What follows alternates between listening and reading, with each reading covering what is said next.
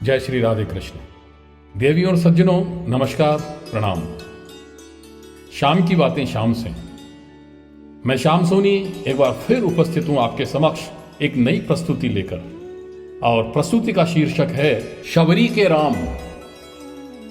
एक तक देर तक उस सुपुरुष को निहारते रहने के बाद बुजुर्ग भिल्ली शबरी के मुंह से बोल फूटे, कहो श्री राम, शबरी की कुटियां ढूंढने में अधिक कष्ट तो नहीं हुआ? राम मुस्कुराए, यहां तो आना ही था मां, कष्ट का क्या मूल्य? शबरी बोली, जानते हो प्रभु, आपकी प्रतीक्षा तब से कर रही हूं जब आप जन्मे भी नहीं थे।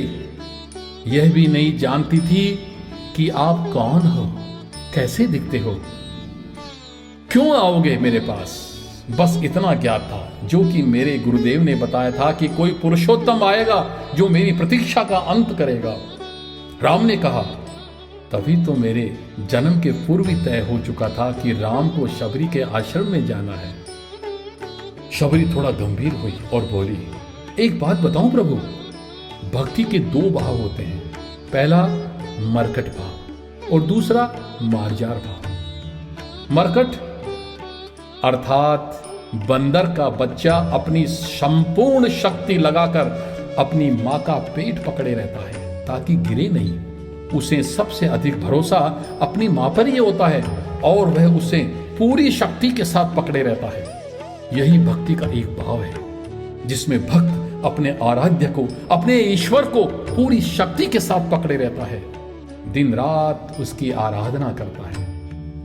लेकिन मैंने ये भाव नहीं अपनाया, मैं तो मार्जार भाव की तरह हूं, अर्थात मैं तो उस बिल्ली के बच्चे की भांति थी जो अपनी मां को पकड़ता नहीं बल्कि निश्चिंत होकर बैठा रहता है कि मां स्वयं ही मेरी रक्षा करेगी।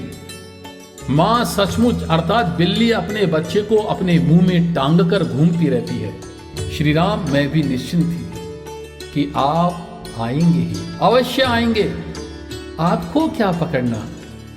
शबरी थोड़ा मुस्कुराई और बोली, प्रभु मैं भी कितनी निर्बुद्धि हूं, अरे परमात्मा के सामने ज्ञान बांटने चली हूं। राम मुस्कुरा कर रह गए। शबरी बोलती रही, सोच रही हूं बुराई में भी तनिक अच्छाई छिपी होती है। कहां दूर देश के उत्तर के आप और कहां गौर दक्षिण में मैं, आप प्रतिष्ठित रघुकुल के भविष्य, मैं ढल चुकी वन की भीलनी। यदि रावण का अंत नहीं करना होता तो तुम कहां से आते? राम अत्यंत गंभीर हो गए, बोले, भ्रम में न पड़ो मां, राम क्या रावण का वध करने आए हैं? नहीं नहीं नहीं, अरे रावण का वध तो लक्ष्मण अपने पैर से बाण चलाकर भी कर सकता है। राम हजारों को चलकर इस गहन वन में आया है तो केवल और केवल तुमसे मिलने आया है मां, ताकि हजारों वर्षों बाद जब कोई पाखंडी भारत के अस्तित्व पर प्रश्न खड़ा करे तो इतिहास गर्जना करके उत्तर दे कि इस राष्ट्र को क्षत्रिय राम और उसकी भीलनी मां ने मिलकर गढ़ा था। जब कोई दुष्ट भारत की परंपराओं पर अंगुली उठाए तो काल उसका गला पकड़कर कहे कि नहीं, यह एकमात्र ऐसी सभ्यता है जहां एक राजपुत्र वन में प्रतीक्षा करती एक अत्यंत निर्धन वनवासिनी से भेंट करने के लिए 14 वर्ष का वनवास स्वीकार करता है। राम वन में बस इसलिए आया है ताकि जब युगों का इतिहास लिखा जाए तो उसमें अंकित हो कि सत्ता जब पैदल चलकर समाज के अंतिम व्यक्ति तक पहुंचे तभी वह राम राज्य है। राम वन में इसलिए आए हैं ताकि भविष्य स्मरण रखे कि प्रतीक्षाएं अवश्य पूरी होती है। राम रावण को मारने भर के लिए नहीं आया है मेरी मां, केवल रावण को मारने नहीं आया। शबरी एक तक राम को निहारती। राम ने फिर कहा, राम की वन यात्रा रावण युद्ध के लिए नहीं है मां, राम की यात्रा प्रारंभ हुई है भविष्य के लिए, आदर्श की स्थापना के लिए। राम निकला है ताकि विश्व को बता सके कि मां की अवांछनीय इच्छाओं को भी पूरा करना ही राम होना है। राम निकला है ताकि भारत को सीख दे सके कि किसी सीता के अपमान का दंड असभ्य रावण के पूरे साम्राज्य के विध्वंस से पूरा होता है। राम आया है ताकि भारत को बता सके कि अन्याय का अंत करना ही धर्म है। राम आया है ताकि युगों को सीख दे सके कि रावणों से युद्ध केवल राम की शक्ति से नहीं बल्कि वन में बैठी शबरी के आशीर्वाद से भी जीते जाते हैं। अपनी आंखों में भर आए जल को साफ करते हुए शबरी ने कहा, बैर खाओगे राम? शबरी अब प्रभु से राम पर आ चुकी थी। उसका ममत्व हिलोरे ले उठा था। राम मुस्कुराए और शबरी के झुर्रियों से भरे हाथों से अपने हाथों में लेते हुए बड़े ही अधिकार पूर्वक बोले, बिना खाए जाऊंगा नहीं मां। शबरी उठी और अपनी कुटिया में से झफूली में बेर ले आई और बड़बड़ाते हुए बोली,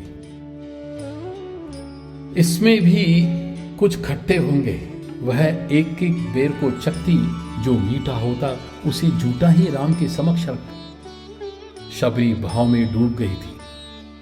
उसे इस बात का भी भान नहीं रहा कि सामने जो बैठा है वह नारायण है, परमात्मा है, परमेश्वर है। राम ने बैर खाया तो शबरी बोली, बैर मीठे हैं ना राम? समूचे ब्रह्मांड का स्वामी मुस्कुराया और बोला, यहां आकर मीठे और खट्टे का भेद भूल गया हूं मां। बस इतना समझ रहा हूं कि केवल और केवल यही अमृत है। शबरी को अचानक जैसे बोध हुआ और वह आंखों में उमड़ पड़ी गंगा जमुना के वेग को श्री राम के चरणों में उड़ेलते हुए बोली, हे राम, सचमुच तुम मर्यादा पुरुषोत्तम। गुरुदेव ने भी यही कहा था, मुझे अपनी शरण में ले लो राम। और ऐसा कहते कहते प्रभु राम के चरणों में निडाल होकर गिर गई। वह परमेश्वर में लीन और विलीन हो गई, ज्योति पुंज महाज्योति में समा गई। जय जय श्री राम।